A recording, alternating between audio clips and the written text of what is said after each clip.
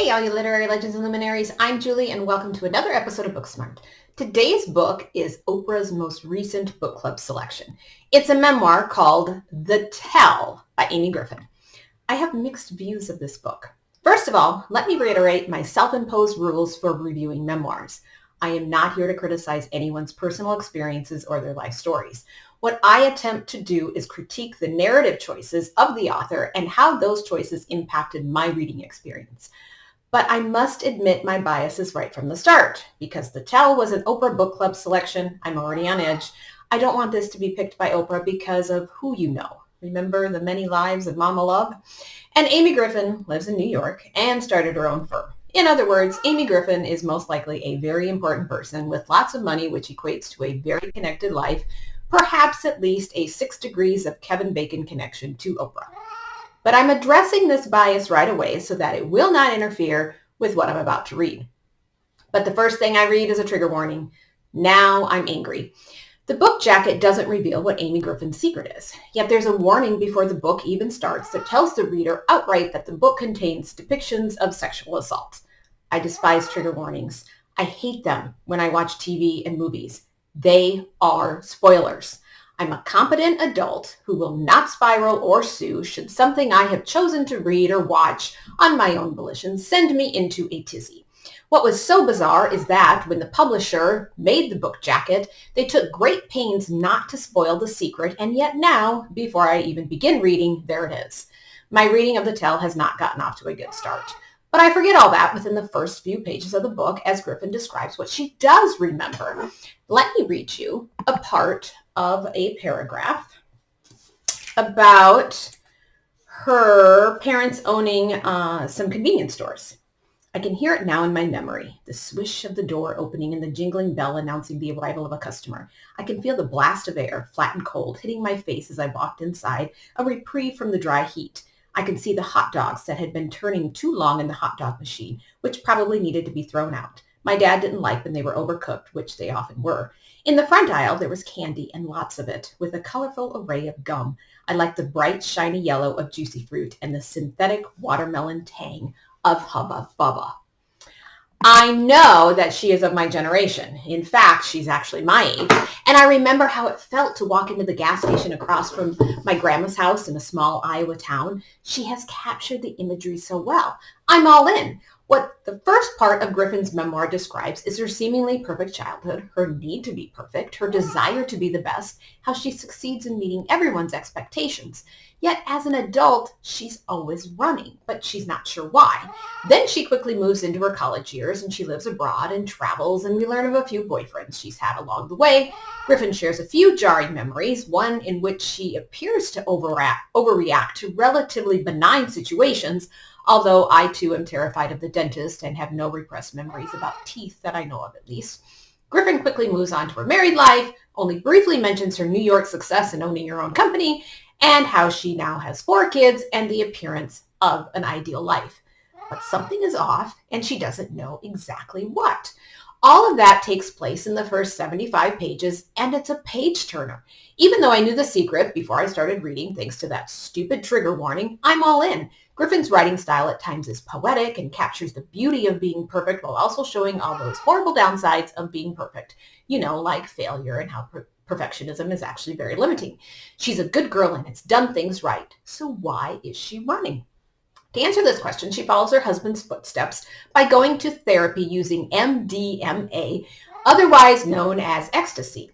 Here's what she writes about that decision and embarking on such therapy. How did I know that this was what I needed to do? Even now, I don't really understand it. I just knew that I had built up walls and did not know how to tear them down. I knew that I was tired of running, and I knew that I could not hide in the vastness of the life I had built any longer, a life so big that I disappeared in it. I had satisfied every expectation that the world had imposed upon me, met every demand that was made of me. I went to a good school, got a good job, married a good man, built a good business, created a good life for myself and my 4 children. Hadn't I done everything right? Hadn't I tried so hard to be perfect?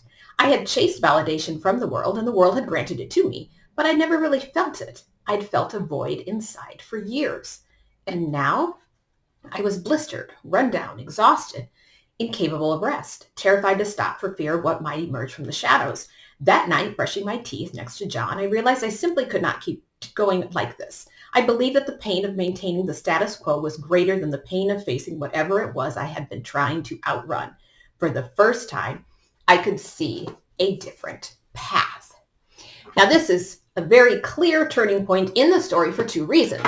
First, we learn the secret, and second, the writing style changes, like drastically. I don't know how many spoilers to give you, but considering the trigger warning already ruined it, I'm not going to concern myself too much about spoiling the plot. Through the use of psychotherapy with MDMA, Griffin recovers memories of a coach/teacher who raped her repeatedly in middle school. It is absolutely heartbreaking and gut-wrenching and mortifying, made even more so by the fact it was a teacher and it happened on school grounds. We as readers get these fragmented memories of places and people, and Griffin reiterates how this teacher made her feel so special. In the author's note at the beginning of the book, Griffin tells us that she kept a detailed journal throughout this time of revelation. We learn that she even recorded phone calls between her and her therapist, and that the book contains information from her journals. We as readers are privy to those details, but sometimes the way the details are written overload our reading experience. It's at this point I do not agree with Griffin's narrative choices. Griffin's writing style drastically changes. The poeticness is lost, the imagery gone, and reflection sparse and sometimes completely absent. Way too much of the story is laid out in dialogue. Now, I understand that the story is called The Tell, so telling is a key theme in the story. But information about MDMA, repressed memories, sexual assault, our screwed up legal system, all this information is revealed through dialogue that sounds like an after-school special. The further into the book you get, the worse the dialogue becomes. It's surface-oriented, it's awkward at times. It's almost like someone fed all the journals and records Griffin kept into AI, and what you're reading is what is spewed out. I'm really not a big fan of dialogue-heavy books, especially when the narrator's reflection suffers because of it. What you end up reading is kind of like, first I told this person, and they said this, and then I told this person, and they said this, and then I told this person, and on and on and on it goes. Once again, I understand the book is called The Tell, and that's the whole point of the book, but the dialogue just doesn't sound authentic at times, even the conversations with her children. I really struggled with the writing style, and I hate to have to admit that such narrative choices impacted my reading experiences and my thought on the book so much. I wish it didn't, because I know what it's like not to tell, at least the whole story.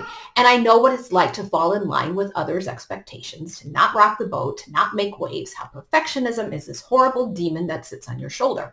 But Griffin didn't always come full circle with these issues.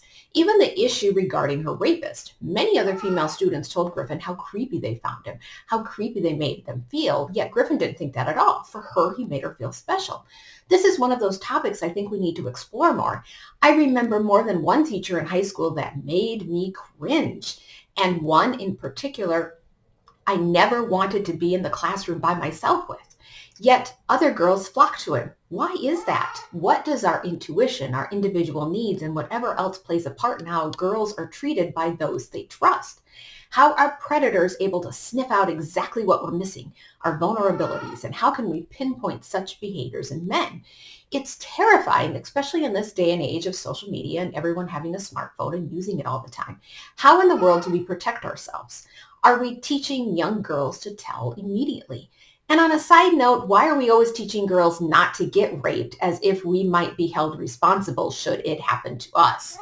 That still hasn't changed, and I don't understand why. And getting even more off topic, but it connects, and you know I love when a book reaches beyond its pages. I just read an article about those Idaho college murders and how the two survivors texted back and forth for hours but never called 911. One psychologist theorized that may have been a result from women being told that they overreact to everything, that it would have been mortifying to have called the police in the middle of the night if the situation truly didn't warrant it. Is that where we're at in society right now? We're not calling 911 in case we're wrong about our own safety, that maybe we're not even in danger. That, my friend, is beyond terrifying. And I think that's what Griffin's memoir was attempting to show, this conundrum of trust and telling, but it didn't quite come together. I It stinks that justice failed Griffin, but from a story standpoint, I don't think that ruins the tell, even though that plot just sort of fizzles out. But that's more true to real life than anything. We don't in life have neat rising action that leads to a climax that will give our readers a satisfying ending, and I'm okay with that. I don't question the veracity of Griffin's story, even if the use of MDMA isn't foolproof. What I want to see more of is a character arc of growth, that she came out the other side significantly changed. Other than letting her son and his girlfriend hang out in his bedroom with the door closed and letting her daughter wear ripped jeans, we don't get much else. She gets out of a crowded elevator, but that's all we really know. She went to New York and started her own company years before, so I don't think she was this meek and mild woman that cowered to men. She throws some temper tantrums that are a bit cringeworthy and writes the reason for such outbursts was due to all the years she acted the part of the good girl, the people pleaser, and she was not going to do that anymore. She writes here and there about women's rights and bodily autonomy, and through all her tellings realizes how many of us walk around with such secrets. But it doesn't all come full circle for me, especially since many of these revelations are revealed through awkwardly written conversations. The best part, I thought, was when she ties the end with her remembering all the way at the end of the story from those beautiful memories she wrote about at the beginning of the book. Let me read you this brief paragraph. Remembering isn't something you do just once. Remembering is a practice. It is something you have to be brave enough to do over and over again. To face the monster under your bed and to discover that there was never a monster at all but the child you once were, a child who has only been waiting for you to come back home. And then, when you forget or blot it out because the pain is unbearable, to gather your strength and face it again. To return to this fundamental truth, no matter how many times it takes. I wish she would have written like that throughout the book. The last thing I need to address deals with the extreme division of economic classes in our society. I'm one of those people that wonder if when you read a certain book has some unknown reason behind it. I had just finished reading Poverty by America, which was last week's Booksmart episode. As Griffin was complaining about a male lawyer not returning her phone call, how she found a recommended therapist immediately who cleared her schedule for Griffin, how Griffin went to their vacation home on the beach, took long baths, and let her husband deal with the kids and did minimal work during this time of recovered memories. I was a bit prickly while reading it. Griffin almost sounds petty as she's complaining about how her male Texas lawyer is out fishing and not dealing with her case. I teach at a juvenile detention center and know firsthand the wheels of justice are painfully slow.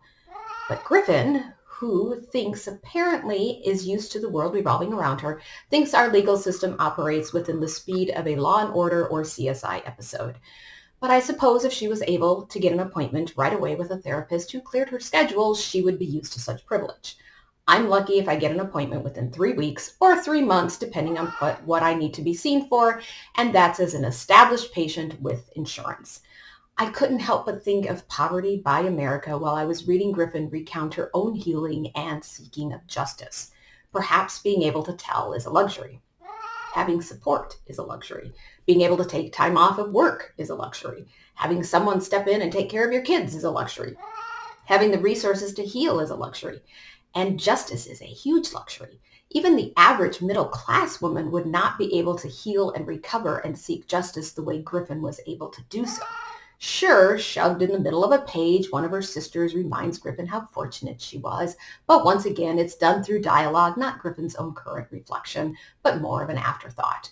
All I could think of is that this need to tell, and we should, no doubt about it, simply may not be available to all women all the time. That telling, unfortunately, might fall into the category of the privilege, not an equal right for every survivor of rape. We need to remember that when we talk about telling, when we talk about why we don't tell. For some, their financial state in life will never give them a chance to do so. I do not fault Griffin for taking advantage of her entitled lifestyle. I just wish she would have written about it a bit differently. So should you read the tell? Yes, you have to, simply because it targets an issue that we need to keep repeating over and over again until the problem ceases to be a constant in so many women's lives. We especially need to focus on children and teenagers and teach our adolescents that you have to tell no matter what, no matter who it is, no matter what the situation is. And I know that sounds much easier than it is, but if we all keep telling, maybe, just maybe, society will start listening. And that's what makes the tell so important. I don't think it deserved to be an Oprah's Book Club selection, but I've quit thinking the likes of Question 7 or My Good Bright Wolf will ever be chosen. We have to tell, and we must make it so that every survivor of rape has the opportunity to tell, not just the privileged. Thanks for watching. As always, my goal at Booksmart is to get a little bit smarter, one book at a time.